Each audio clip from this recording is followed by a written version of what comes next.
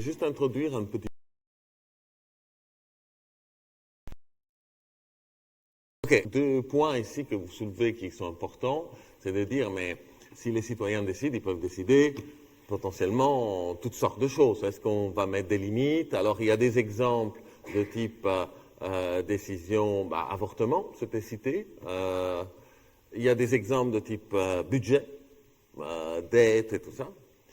Alors, évidemment, l'idée qu'on défend ici, c'est qu'il n'y ait pas de limite, mais je vais vous dire pourquoi ceci est intéressant et on s'inquiète généralement à tort des dérives possibles.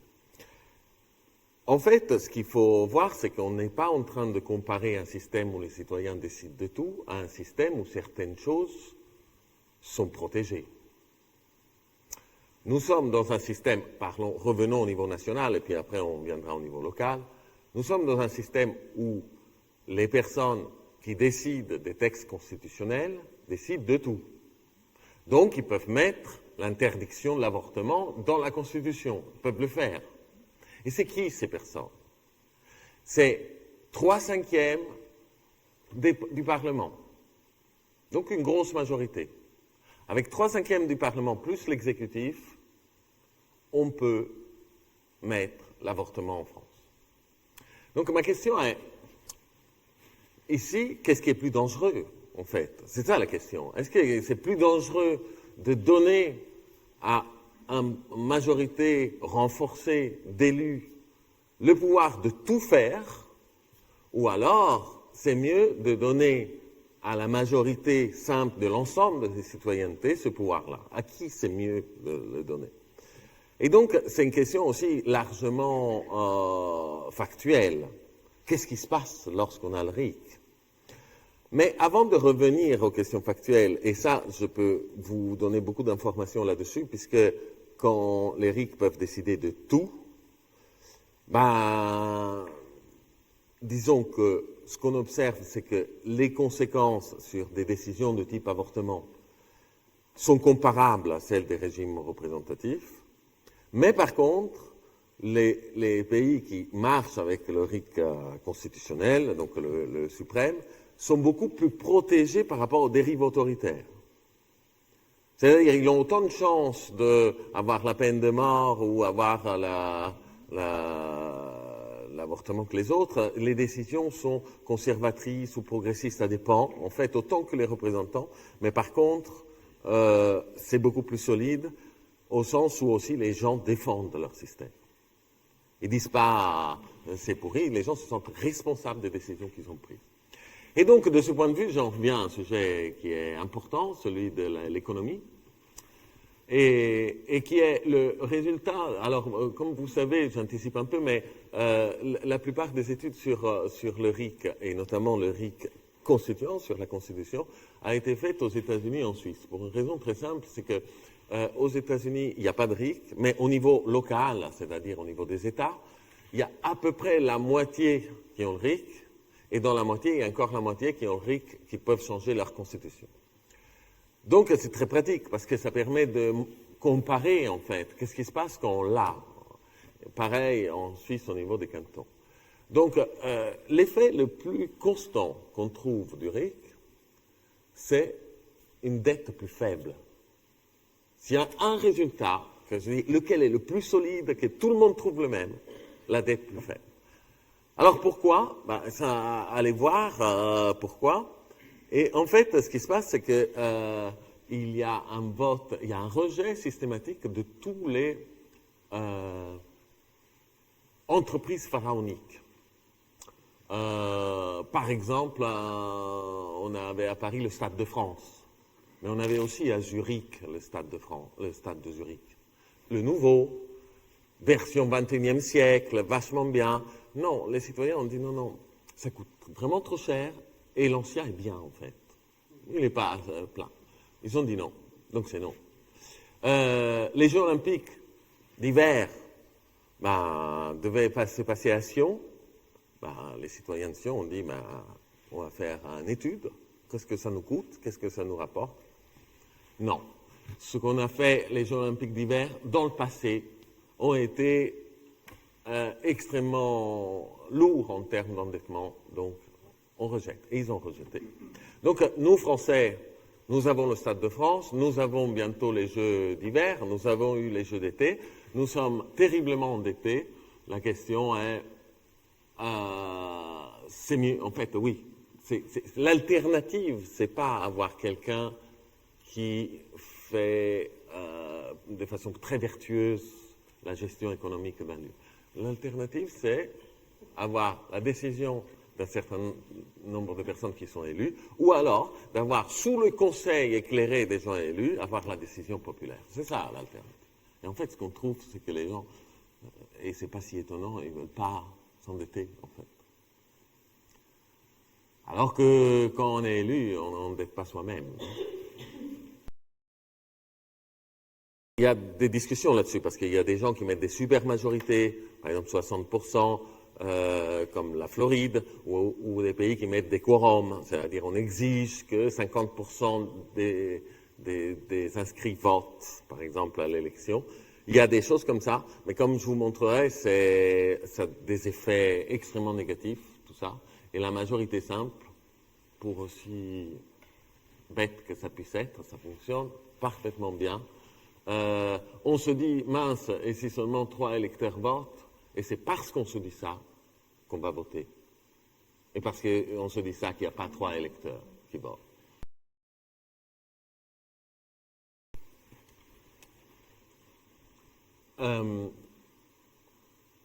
Ce point-là est extrêmement important et ça fait référence à un ensemble d'études aussi qui ont été menées qui s'est passé comme la vertu éducatrice de la démocratie directe. Alors, souvent, si vous cherchez en anglais les études, le mot est démocratie directe. Il faut savoir que démocratie directe, RIC, référendum d'initiative populaire, votation à la Suisse, tout ça c'est synonyme.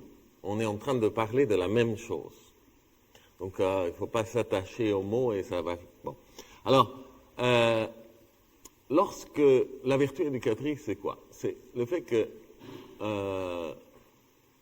lorsque on se retrouve à pouvoir proposer des lois et les voter, ben, on se met à parler de ça avec d'autres. On se met à écouter les émissions de radio ou de télé où il y a des experts. On se met à faire ça, en fait. Ce qui fait que quand on analyse les enquêtes, vous savez, l'anecdote marrante, c'est, vous savez quel peuple connaît le mieux l'Union européenne? Mais oui, sans surprise, les Suisses. Parce qu'ils ont voté 3 fois dessus. Ils ne sont pas dedans, mais par contre, si vous voulez savoir comment ça marche, eux, c'est ceux qui font le moins d'erreurs quand on leur fait des questionnaires factuels. En fait, c'est très simple. Vous êtes en train de voter sur quelque chose d'important. On a cité le pass vaccinal, vous citez celui-là. C'est très important et en même temps, comme vous dites, on vous fait voter. Donc, vous pourriez voter quelque chose que vous et vos enfants et votre famille va directement avoir des conséquences négatives à cause de votre vote. Donc, c'est un enjeu que les gens ressentent et donc, il y a un débat, encore une fois, quand j'étais là-bas, c'est très simple, il y avait un débat enflammé sur est-ce qu'il faut fermer les tabacs le dimanche à côté des gares. Et moi, j'étais comme vous, hein. Je me dis, mais comment vous pouvez vous enflammer de ça? Oui, ben oui, mais ça, c'est ce qui se passe normalement quand on a le pouvoir de décision. Quand on ne l'a pas, pourquoi en parler, non? À part si on veut débattre entre nous, n'est-ce pas? Donc, ça, c'est un effet absolument fort. Et c'est vrai que c'est un effet qui est un peu flippant. On se dit, mais est-ce qu'ils le font bien? C'est pour ça qu'on a des pratiques un peu délibératives de dire on va organiser des débats publics, des assemblées tirées au sort, comme ça on les voit pendant qu'ils débattent. Il n'y a pas besoin de les voir, n'est-ce pas? Et on le voit dans le bureau de tabac où le dealer du coin et le buraliste discutent sur la légalisation de la marijuana parce que il dit non mais moi je vais perdre beaucoup de clientèle, notamment les personnes âgées, je suis contre. Et moi je l'ai vu de mes yeux ce type de débat. Et voilà, donc si on veut une société aussi dans laquelle les citoyens débattent, les citoyens non seulement débattent entre eux, mais ont envie d'écouter des experts. parce qu'ils n'ont pas envie de se tromper. Donc pas n'importe qui dit n'importe quoi à la télé, mais des experts. Si on veut que les citoyens entrent dans des associations, pour dire, moi, je veux être dans cette association parce que je suis d'accord avec elle, et cette association me permettra d'écrire la loi si jamais il y a quelque chose qui ne va pas, alors il faut leur donner les moyens d'être législateurs. Il ne faut pas passer leur temps à les éduquer. La meilleure éducation, c'est de dire, bah, maintenant, c'est le responsable de ce qui va se passer. La raison pour laquelle je suis aussi impliqué là-dedans, c'est pas seulement que je trouve que c'est bien, sur le principe, mais c'est que je suis allé voir les enquêtes d'opinion qu'il y a dans le monde entier, et c'est systématiquement, notamment dans nos pays, on va dire, occidentaux, le soutien à ça, les gens veulent être responsabilisés à 3/4, 75%. En France, selon les sondages, c'est entre 69 et 83. Il y a eu une vingtaine de sondages, tout est à disposition si vous voulez les voir. Et on dit, et on n'en parle même pas. C'est dingue. Et on parle à leur place, à la place des gens, et on dit, ouais, mais bon, les gens, ce qu'ils veulent vraiment, c'est remplir leur frigo. Mais il y en a 3 sur 4 qui veulent être responsables.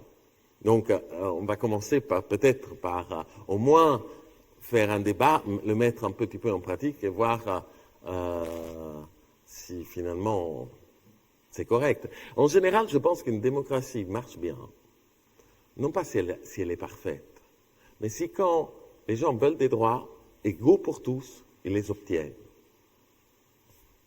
C'est un truc simple. S'ils n'en veulent pas de problème, mais s'ils veulent des droits de plus, eh ben, ils doivent pouvoir l'obtenir. Pas des droits spécifiques pour leur catégorie, des droits pour tout le monde. Voilà, donc les RIC, de ce point de vue, comme on va le voir tout de suite, c'est des droits, en fait. Fondamentalement, c'est des droits individuels. Oui.